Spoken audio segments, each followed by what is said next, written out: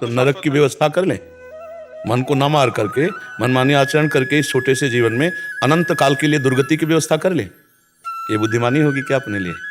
अगर हम अपने मन को निर्विषय करके परमात्मा में स्थापित कर देते हैं इस छोटे से जीवन में, तो अनंत जन्मों की बिगड़ी हम बना लेते हैं। और अगर हम अपने मन को छूट देते हैं, मनमानी भोग भोगते हैं, तो फिर हमारी दुर्गति नहीं हो जाएगी। तो हमको अपने अनंत जन्मों को बनाने की फिक्र है या बिगाड़ने की हमको इसमें छूट देनी है? आप विवेकवान हैं, आप विचार करके देखिए। मना कष्टानि इंद्रियाणि प्रकृति स्थानि कर्षति। हमारे को जन्म मिला परमात्मा के स्थान में इनको लगाना है, मन और इंद्रियों को। तो हमें जीवन जीना है तो विषय भोगना है। विषय के बिना शरीर चल नहीं सकता। तो हमारे लिए भगवान ने धर्मयुक्त विषय बनाया है, नहीं बनाया? हमारे पास अगर गृहस्थ हैं तो पत्नी है, हमें प्यार करने के लिए पुत्र है, परिवार है, रिश्ते संबंध है, भोजन, सब व्यवस्था है। अब हम दूसरे की पत्नी की तरफ क्यों देखें? हम दूसरे के पुत्र की हानि करके अपने पुत्र को धनी बनाने की क्यों सोचे? हम किसी से ईर्ष्या क्यों करें, किसी की निंदा? पाप आचरण के लिए मन को रोकने के लिए ये छोटा शब्द बहुत बड़ा आतंक फैला देगा मन में। छूट देने की बात मात्र से ये हमारा मन ऐसी जगह फंसा देगा जहां से निकलना मुश्किल है। भले हम नहीं रुक पा रहे हैं, लेकिन हम रोकने का प्रयास करेंगे, छूट नहीं देंगे। जो आपने कहा कि हम इस पर काम कर रहे हैं, अर्थात हम प्रयासरत हैं, पर ये जो बुद्धि की एक छोटी सी बात कि यार मौज क्यों नहीं ले लेते, तो मौज किसे कहते हैं? क्या मौत को तुम मौज मानोगे?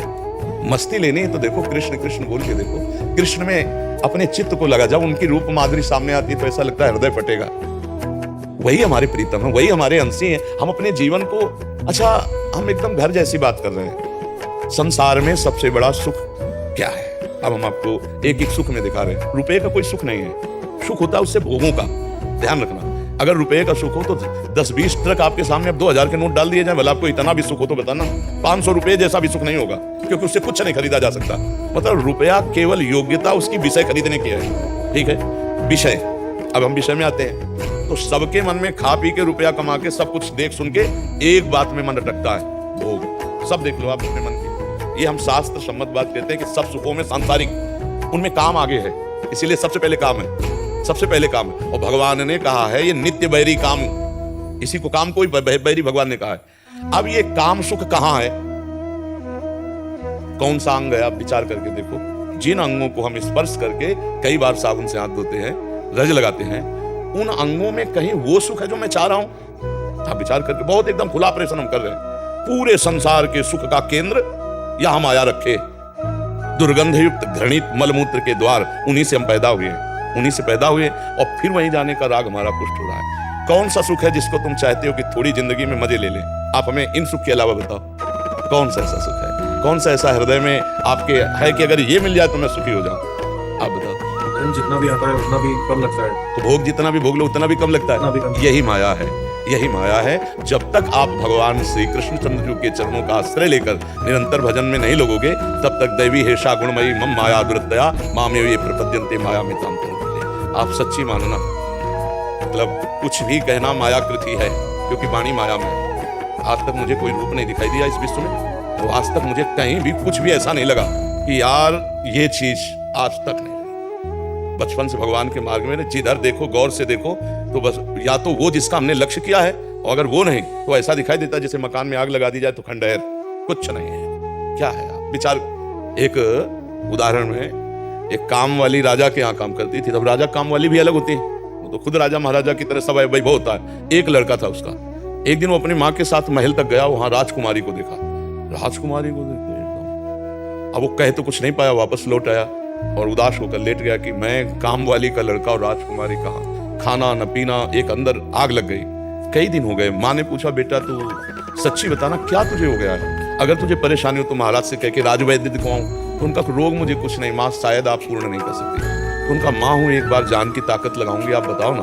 बोले राजकुमारी को देखकर मैं आसक्त हो गया हूँ, अब मैं राजकुमारी के बिना जी नहीं। बोले बेटा राजकुमारी शब्द बोलेंगे तो हमारी गर्दन उड़ा दी जाएगी। राजकुमारी हम काम वाली हैं, पर हम प्रयास करेंगे। तुम राजकुमारी सुधीर काम वाली थी। राजकुमारी से मिली कि जय जय हमारी प्राण रक्षा हो, हम आपसे एक बात करना चाहते हैं। वो बहुत सुलझी हुई थी राजकुमारी जी।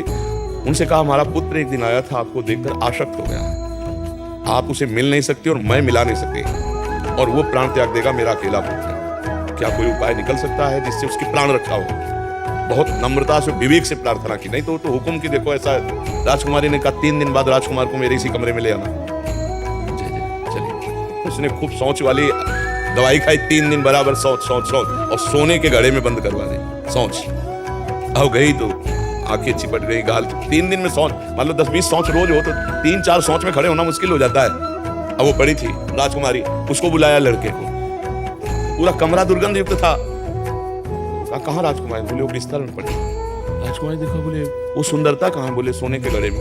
गड़ा खोला तो बोले यही चमक रहा था, जो गाल चमक रहे थे ना वो यही चमक रहा था। उसकी आसक्ति खत्म हुई, लिखा हमें नहीं चाहिए राजकुमारी। उसने विवेक से कहा, फिर औषधियों के द्वारा अपने को पुष्ट कर लिया। अच्छा, शरीर में सुंदरता किस बात की है? मलमूत्र की सुंदरता है, पांच भौतिक शरीर है। क्या हम सच्चिदानंद भगवान की प्राप्ति के लिए जो जन्म हुआ इसको इसमें खो दें? यही बुद्धिमानी है? नहीं, ये बुद्धिमानी नहीं। हम बिना विषय के नहीं जी सकते, शरीर नहीं रह सकता, इसलिए धर्मयुक्त विषय का भोग हो, जो गृहस्थी में हो। खान पान आपकी एक भगवान ने व्यवस्था की है, उस व्यवस्था की सीमा में रहो। अगर सीमा के विपरीत तो फिर अशांति कले बहुत। कोई भी भगवान से विमुख होकर कभी सुख शांति को प्राप्त करें, इसलिए प्रभु कभी मन को छूटना देना। धर्मयुक्त चलो, जो आप गृहस्थ में हो, जो आपको धर्मयुक्त भोग मिले उनको भोगो भगवान का प्रसाद मानकर, और नाम जप करो। और जहां अधर्म की बात आवे वहां डर जाना, क्योंकि अधर्म कभी किसी को सुख शांति से नहीं रहने देता, वो उसका नाश ही कर देता है। हस्तिनापुर में कोई कमी नहीं थी, केवल अधर्म घुस गया, कौरवों के वंश का विनाश हो गया। नहीं हो गया? नहीं, धर्म से रहते दोनों भाई, क्या परेशानी थी? वो इंद्रप्रस्थ के राजा, वो हस्तिनापुर के राजा, खूब आनंद। लेकिन वो कहा सुई अग्रे न के सभा, तो काट के फेंकवा दिया भगवान ने। धर्म से चलो, सुखपूर्वक रहोगे।